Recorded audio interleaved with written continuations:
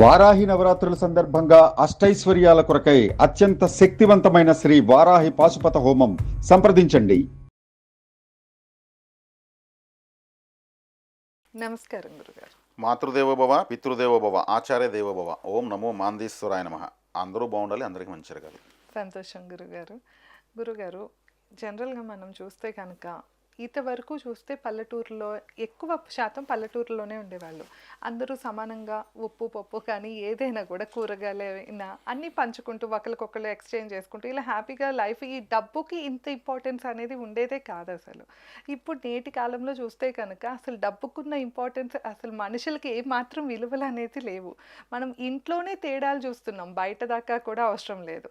ఈ సిటీ లైఫ్లో అయితే కనుక ఇంకా పూర్తిగా ఎవరికి వాళ్ళే అన్నిట్లు ఉంటున్నారు. అసలు ఈ పేద ధనిక అనే తేడా ఎక్కడి నుండి ఎందుకు వస్తుందంటారు? వీటిని ఏమీ చేయలేమా? ఇంకా ఇట్లా చూస్తూ పోతే కనుక ఇంకా దాదాపు గొప్పలు చెప్పుకోవటమే ఎక్కువైపోయింది కనుక అసలు ఈ తేడాలు అనేవి, సమానత్వం అనేది లేకుండా అయిపోతుంది. ఇవి ఎందుకంటారు గురుగారు? సమానత్వం అనేది ప్రకృతిలోనే లేదు, ఇంకా మనుషుల్లో అసలు ఉండదు. అలా కావడానికి కారణం మనుషుల్లో ఐక్యత లేకపోవడమే. ఇప్పుడు ఒక టైర్లు పంచర్ వేసే వ్యక్తి ఉంటాడు. అతను ఎందుకు పెట్టుకుంటాడు?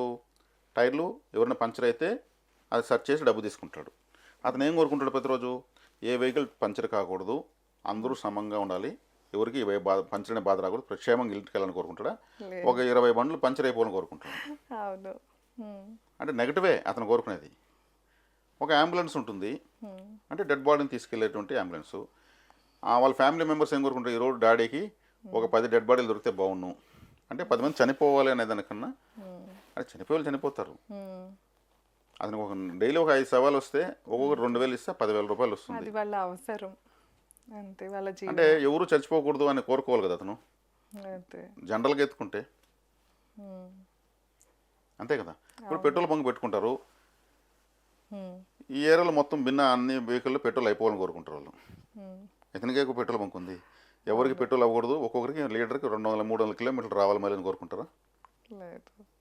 అంటే సమానత్వం ఎందుకు ఆలోచించలేదు వాళ్ళు? అందరూ బాగుండాలని కోరుకోవాలి కదా. ఏదో బాగుండకూడదు అనుకుంటే వీళ్ళకి వ్యాపారం జరుగుతుంది, వీళ్ళు బాగుంటున్నారు. ఒక కాలు చేయి విరిగినటువంటి ఈ విరిగిన ఎముకలు, కీళ్ళు, కట్లు కట్టబడును అనేటువంటి ఒక శల్య వైద్యుడు ఎముకలను సరి చేసేటువంటి ఒక ట్రీట్మెంట్ పెడతాడు. అతను ఏం కోరుకుంటాడు? ఈ రోజుకు ఒక 5 మందికి ఈ ఊర్లో కాళ్ళు చేతులు ఇరిగిపోవాలని కోరుకుంటాడు.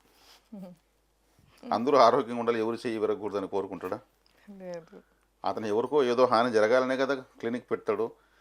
ఒక సంవత్సరం రోజులు కానీ ఎవరు కాళ్ళు చేతులు విరగకపోతే ఫైనల్గా అతను కనిపించాడు ఆ ఊర్లో, ఇక్కడ నాకు వ్యాపారం లేదు, ఎవడు కింద పడడం లేదు, ఎవడు కాలు ఎరగడం లేదని. అది సమానత్వంగా ఎక్కడ ఆలోచిస్తున్నారు? అంటే అతని ఆలోచనలో న్యాయం ఉంది, అతనికి జీవనాధారం కాబట్టి. కానీ అల్టిమేట్గా ఆలోచిస్తే అందరూ బాగుండాలని అందరూ అంటుంటారు. ఈ సమానత్వం అనేది ఆలోచనలో నుంచి రావాలి, ప్రకృతిలో నుంచి ఉండాలి, పరిస్థితుల్లో నుంచి ఉండాలి. ఇప్పుడు సమానంగా ఉండాలంటే భూమంతా నీళ్ళే సమానంగా ఉండిపోవచ్చు కదా. నీళ్ళే ఉంటే ఏముంది ప్రయోజనం? భూమంతా డ్రైగానే ఉంటే ప్రయోజనం. ఒక చోట నీళ్ళు ఉండాలి, ఒక చోట మట్టి ఉండాలి, ఒక చోట పర్వతం ఉండాలి, ఒక చోట లోయ ఉండాలి. ఇవన్నీ ఉన్నప్పుడు దేని అవసరం దాన్ని ఉపయోగించుకుంటూ ఉంటామంటారు. ఈ అసమానతలనే అవసరాలకు ఉపయోగించుకుంటూ ఉండాలన్నమాట. ఇప్పుడు డాక్టర్ ఉంటారు, ఏ హాస్పిటల్ ఉంటుంది, ఎక్కువ మంది వైద్యులు రావాలని కదా పెద్ద హాస్పిటల్ కడతారు. 100 పడకల ఆసుపత్రి అంటే 100 మంది ఇక్కడికి వస్తే కూడా సఫర్ అయితే కూడా మేము పడుకోబెట్టి ట్రీట్మెంట్ చేస్తాము. ఇప్పుడు ఒక విలేజ్ ఉంటుంది, ఆ విలేజ్లో ఒక అబ్బాయి డాక్టర్ ఉంటాడు, చదువుతుంటాడు. నువ్వు డాక్టర్ అవుతారా, మన ఊరు పక్కనే హాస్పిటల్ కట్టుకుందువు, మన ఊళ్ళో ఎవరికి ఏమొచ్చినా నువ్వు వైద్యం చేయొచ్చు అంటే మన ఊళ్ళో అందరికీ రోగాలు రాబోతాయని వీళ్ళు చెప్తున్నట్టే లెక్క. ఒక హాస్పిటల్ వీళ్ళు ఇన్వైట్ చేస్తున్నారు, మెటీరియల్ చేస్తున్నారు, అంతే కదా. ఇప్పుడు ఇన్ని హాస్పిటల్ ఇన్ని వేల లక్షల మంది వెళ్తున్నారు కదా, అందరూ ఆరోగ్యంగా ఉండాలి కదా. మరి అందరూ ఆరోగ్యంగా ఉంటే హాస్పిటల్ అవసరం లేదు కదా. ఇక్కడ మన మానసికమైనటువంటి మన ఆలోచనలో ఎత్తు ఫలాలు ఉన్నాయి, ప్రకృతిలో కూడా అలాగే ఎత్తు ఫలాలు ఉన్నాయి, అవి ఉంటాయి, వాటిని ఎవరు పోడ్చలేరు. అసలు డబ్బు లేకపోతే ఇవన్నీ ఉండవు కదా గురుగారు. కరెక్టే. మంది మెటీరియల్ లైఫ్, వస్తువులపైన ఆధారపడుతున్నాం. ఈ షర్టు, ఈ పెన్ను, ఈ ఫోను, ఇవన్నీ వస్తువులపైన ఆధారపడుతున్నాం. ఈ వస్తువులపైన ఆధారపడి ఆ వస్తువులు ఊరికే వస్తాయా? డబ్బులు ఇస్తే వస్తాయి. వాటిని తీసుకోవడానికి వస్తు మార్పిడి విధానానికి మధ్యలో ఒక ఎనర్జీని, అదే కరెన్సీని ఎవరు పట్టుకోలేరు కాబట్టి దాన్ని ఒక నాణ్యంగా ఒక కాగితంగా తయారు చేసి దానికి ఒక విలువను క్రియేట్ చేసి ఉమ్. ఇచ్చిపుచ్చుకునేటువంటి సమస్య స్టార్ట్ అయింది. కానీ అసలు మనుషులే కదా కాగితాలని కూడా కనిపెట్టింది. అవును, అలాంటప్పుడు అసలు అవి లేకపోతే ఇవన్నీ ఉండవు కదా. అడవిలో తపస్సు చేస్తున్నటువంటి ఒక సన్యాసికి అతని చుట్టూ ఉన్న ఆకులకున్న విలువ కూడా అతనికి అక్కడ డబ్బులకు ఉండదు. అక్కడ ఉమ్. అతను ఆ ఆకులు ఆ మూలికలు తినేస్తాడు. అంతే. ఒక మూలిక తింటే 1 ఇయర్ ఆకలేదు, ఓ మూలిక తింటే 1 ఇయర్ చలిపుట్టదు, ఒక మూలిక తింటే అతనికి దాహం వేయదు. మూలిక ఆహారం తింటారు వాళ్ళు, ఆ. చక్కగా అవి తినేస్తారు. అది ఎవరికి చెప్పరు, కూర్చుంటారు, సపోజ్ చేసుకుంటూ ఉంటారు. ఉమ్. మళ్ళీ ఆకలేస్తే ఆ సంవత్సరం తర్వాత వేస్తుంది, ఇంకొక మూలిక తింటాడు. ఓకే. అతను డబ్బు అవసరమా? లేదు కదా. మరి మళ్ళీ మూలికలు తినమని మన సమాజంలో చెప్తే ఒప్పుకుంటారా? తరగకుంటారు. అదే 3 పూట్ల ఆకలి ఇక్కడ సరైన కొడుతుంది, తినాల్సిందే. అంటే సరిపడా తింటే అంతవరకు పర్వాలేదు, కానీ ఒకళ్ళని చూసి ఒకళ్ళు మనం నాలుగున ఇంకా అవి పనిష్మెంట్ కొనుక్కోవాలి, ఇవ్వలేరు కదా, ప్రతి కొనుక్కోవాలి. ఒక్కరు కంట్రోల్ చేయలేరు కదా. ఎన్నో తినాలి, అనుభవించడానికే పుట్టాము, ఉమ్. ఇప్పుడు తినకపోతే ఎప్పుడు తినాలి, ఇవన్నీ తయారు చేసుకున్నారు. అది తిండి వరకు పర్లేదు గురుగారు, కాకపోతే కంపారిజన్స్ వచ్చి ఇప్పుడు ఎలా అయినా పిల్లల నుండి స్టార్ట్ అయ్యి అలా పెద్దవాళ్ళు అయిన దగ్గర నుండి ఇంకా వాళ్ళకి ఎక్కువ ఎక్కువ అయిపోతుంది కదా. ఒకళ్ళని ఒకళ్ళు పోల్చుకుని వాళ్ళలాగా మనం బతకాలి అని ఇంకా ఇంకా కష్టపడితే పర్వాలేదు, అలా కాకుండా మోసం చేసైనా కూడా పైకి రావాలి అని ప్రయత్నిస్తూ ఉంటారు కదా. నరజాతి సమస్తం పరపీడన పరాయణం. ఉమ్. నరజాతి సమస్తం పరపీడన పరాయణం అంటే ప్రతి ఒక్కరు ఇంకొకరు దోచుకోవడానికే ఉన్నారు. అదే. దోచుకోవడంలో న్యాయంగా దోచుకుంటే పర్లేదు. న్యాయంగా దోచుకోవడం ఎలా అండి అని మీరు అనుకోవచ్చు. ఉమ్. ఇప్పుడు నేను ఉన్నాను, మీకు ఉపయోగపడాలి, అదే. ఉపయోగపడి మీ నుంచి నేను బెనిఫిట్ పొందాలి. ఉమ్. నేను మీకు ఉపయోగపడినా మీ నుంచి బెనిఫిట్ పొందాలనుకున్నప్పుడు ఉమ్.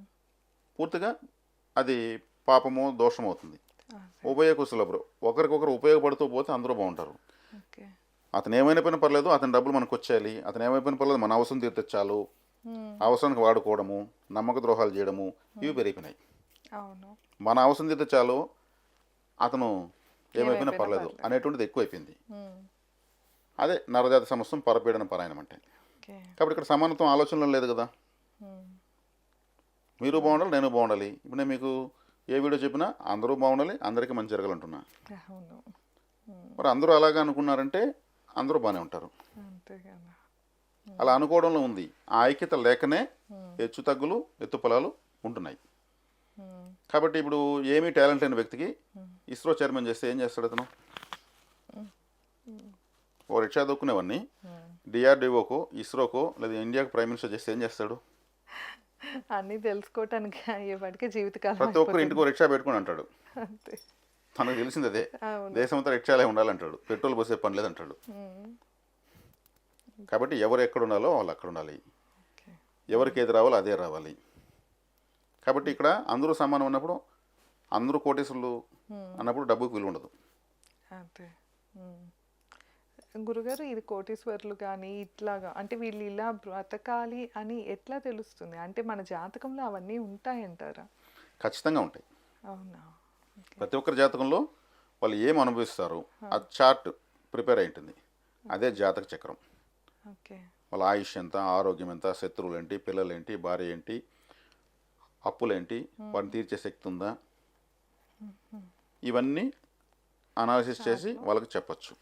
ఓకే. పరిహారాలు అనేవి, పరిహారము అంటే గ్రహాన్ని ఏమార్చడం అని అర్థం. అలా చెప్తే వినేదానికి ఇబ్బందిని పరిహారం అని చెప్తాం. ఓకే.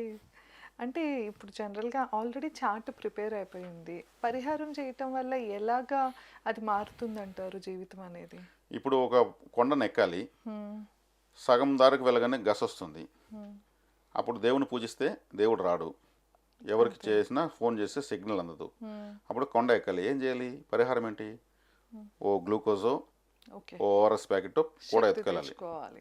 ఆ కొండను ఎక్కేటువంటి శక్తిని, అంటే ఈ పరిహారం అంటే కష్టాన్ని ఎదుర్కొనే శక్తిని, ఓకే.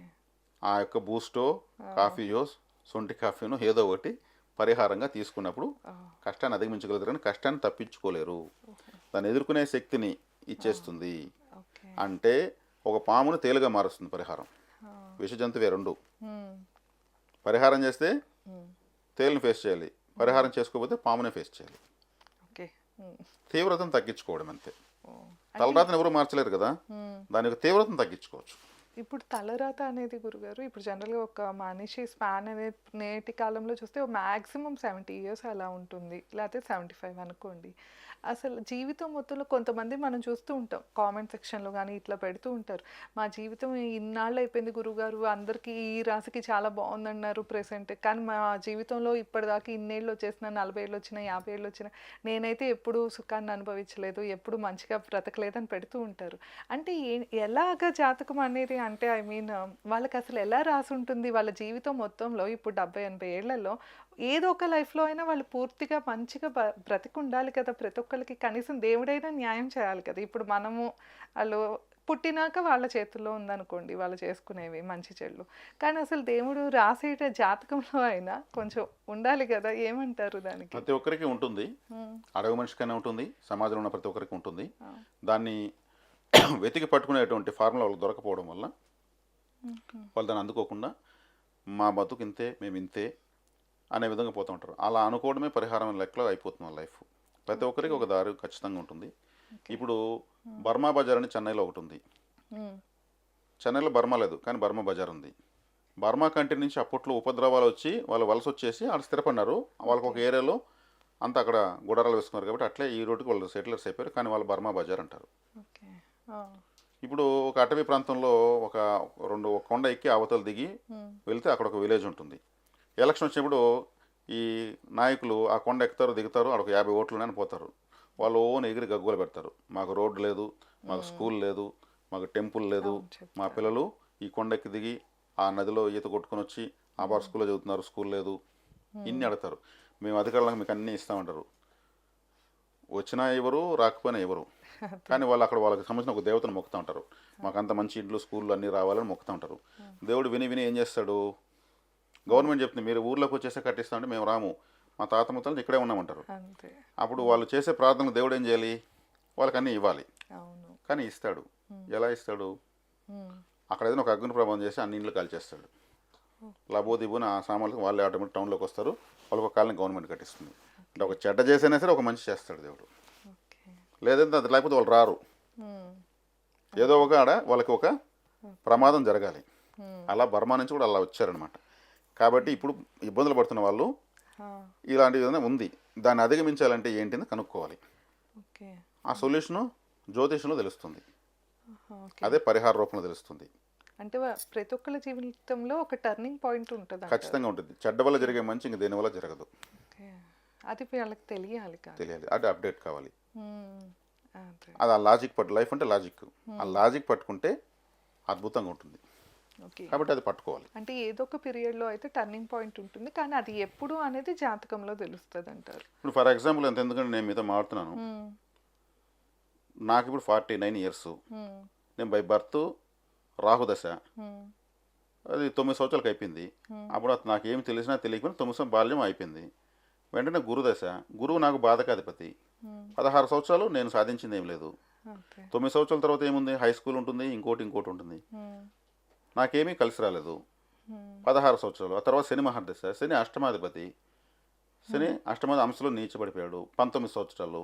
19 సంవత్సరాలు జీరో. ఓకే. 19 ఒక 16 ఎంత అయింది? 35 సంవత్సరాలు అయింది. అవును. 9 సంవత్సరాలు రాహుదశ ఏమైంది? 45 సంవత్సరాలు అయింది. అదే. 36 ఒక 9 ఎంత అయింది? హ్మ్. 45 సంవత్సరాలు అయింది. అవును. మళ్ళీ బుధ మహర్దశ పెట్టింది.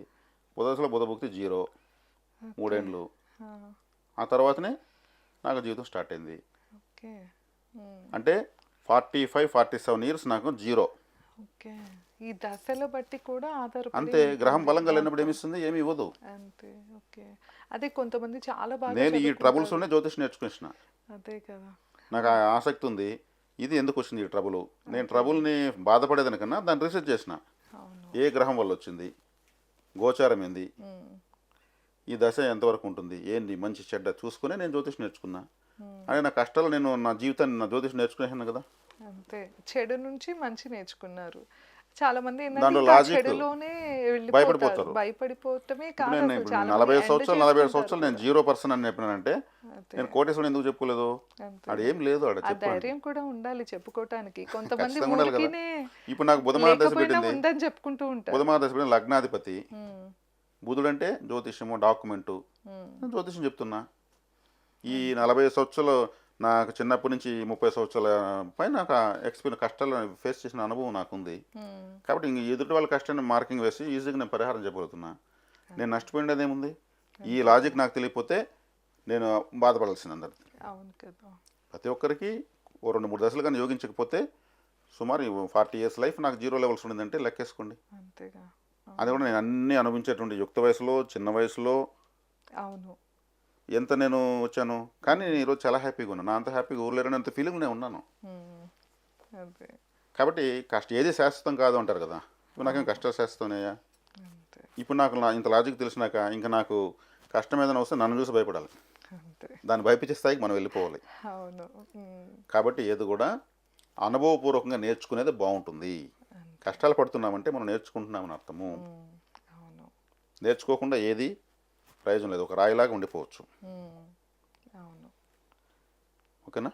అంతే గురుగారు, తప్పకుండా. సో విన్నారు కదా, చివరిగా అయితే కనుక గురుగారు ఆయనదే ఎగ్జాంపుల్ కింద చెప్పారు. సో ప్రతి ఒక్కళ్ళకి కూడా కష్టాలు అనేవి తప్పకుండా వస్తాయి. కాకపోతే వాటిని ఎదిరించి పోరాడి మీకంటూ ఏ టాలెంట్ ఉందో అది గుర్తిస్తే కనుక మీ జీవితం మారుతుంది. అలానే ఒక్కసారి మీ జాతక రీత్యా ఏ గ్రహాలు ఎలా ఉన్నాయి, వాటి పరిస్థితి, అలాగే పరిహారం ఏమైనా చెప్పించుకోవాలి అంటే స్క్రీన్ పైన స్క్రోల్ అయ్యే నెంబర్కి కాంటాక్ట్ చేసి నేరుగా గురుగారితో మాట్లాడచ్చు. ధన్యవాదాలు. నమస్కారం గురుగారు. ధన్యవాదాలు.